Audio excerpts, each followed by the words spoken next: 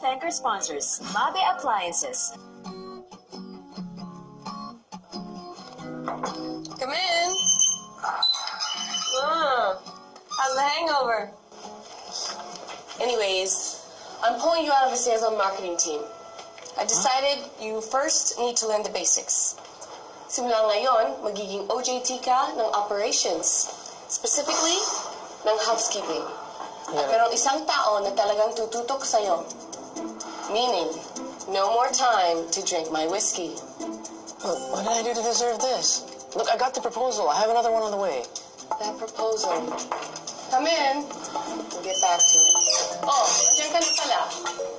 Aaron, I'm assigning you to Ikay. She's going to teach you everything she knows about housekeeping. So, kung nasan siya, handun ka. Lahat ng iuutos niya sa'yo, susundin mo. So for now, consider her your new boss. What? You gotta be kidding me. I'm serious. Look, like I said, there's a proposal on the way. Look, I can do this. I can get this done. I know you can do it, but you need to learn some things first. I meant the proposal, not this. It's too late now. Oh, come on, Ate, come on. This is a joke. Come on. This is exactly how you'll learn. So, ikaw na bahala sa kanya?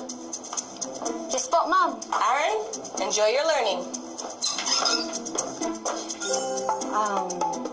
Sir, ito nga po pala yung uniform nyo. Sir, Aaron.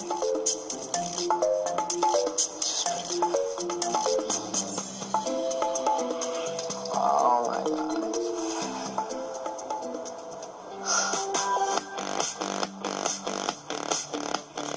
At sa puntong ito, mga kapamilya, dyan na po nagtatapos ang unang episode ng ating live drama.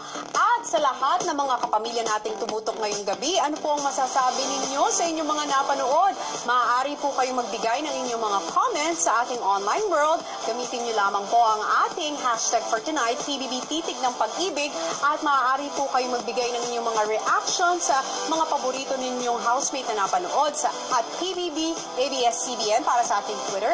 Meron din tayong Facebook at Instagram at PBB ABS-CBN TV. Pero ang pinaka-importanting pangyayari ngayong gabi ay ang resulta ng unang gabi ng Third Dream Team Challenge. At para sa kanyang desisyon, narito pakinggan natin si Kuya.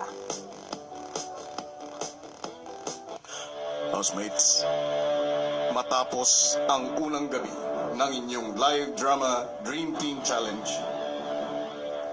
ang resulta ng hamon nyo ay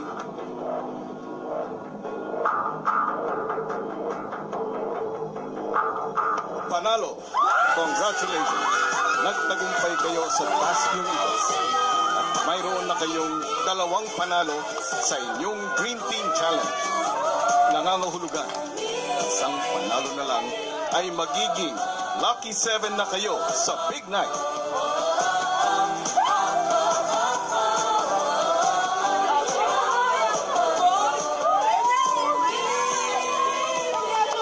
Housemates, talagang nagbunga ang inyong pinaghirapan. Bukas mga kapamilya, abangan naman ang ikalawang gabi ng Dream Team Challenge. Tandaan nyo lamang po na kailangan nila ay 3 panalo para maging Lucky 7 ang aabot sa ating Big Night. At sa ngayon, nakaka-2 panalo na sila. Bukas kapag nanalo sila, Big 7 na talaga at Lucky 7 na ang aabot sa ating Big Night. Kaya naman, magkita-kita tayo muli bukas, live na live, dito pa rin sa nag-iisang teleserye ng totoong buhay. Ako si Tony Gonzaga at ito ang Pinoy Big Brother Lucky Season 7.